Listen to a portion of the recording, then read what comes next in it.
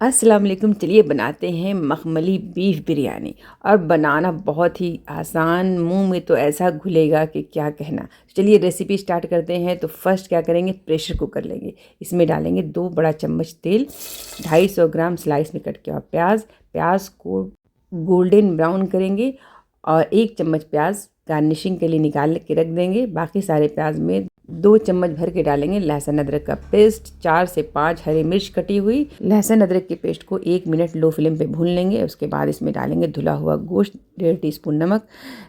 तेल में गोश्त को तलेंगे 5 मिनट। अब इसमें ऐड करेंगे 2 टीस्पून लाल मिर्ची पाउडर, आधी चम्मच धनिया पाउडर, 1/4 चम्मच हल्दी पाउडर, 1 चम्मच मीट मसाला, 250 ग्राम स्लाइस में कट किया हुआ टमाटर, फ्रेश पुदीना की पत्ती, धनिया की पत्ती 50-50 ग्राम के करीब, एक मुट्ठी डालना है। साबुत गरम मसाले डालना है और लो टू मीडियम फ्लेम पे इतना भुनेंगे कि टमाटर गल जाए। जब टमाटर गल जाए तो इसमें 200 ml गाढ़ी दही डालेंगे और इसके बाद इसको भी लो फ्लेम पे भुनेंगे अच्छी तरह से। जब दही भुन जाए तो इसमें आधा नींबू का जूस ऐड करेंगे, 1 कप पानी डालेंगे और इतना गलाएंगे कि अच्छी तरह से बीफ जो है गल जाए। गोश्त का गलना बहुत ज़रूरी है।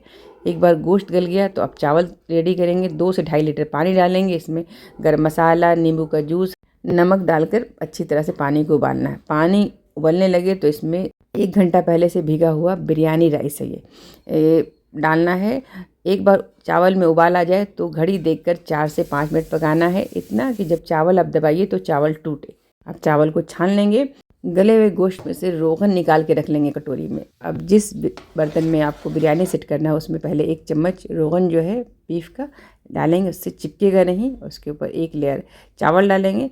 अब ये तेज़पत्ता गरम मसाला जो है वो निकाल भी सकते हैं। अब इसके ऊपर सारा जो गला हुआ गोश्त मसाले के साथ डालेंगे। उसके बाद सेकंड लेयर जो है सारा चावल इसमें डाल देंगे और इसके ऊपर जो रोगन हमने निकाल के रखा था, रोगन ज़रूर ऊपर से निकाल लीजिएगा, इसी कहते हैं, इसी से बहुत अच्छा टेस्ट आएगा। इसमें घी डालने की ज़रूरत नहीं है।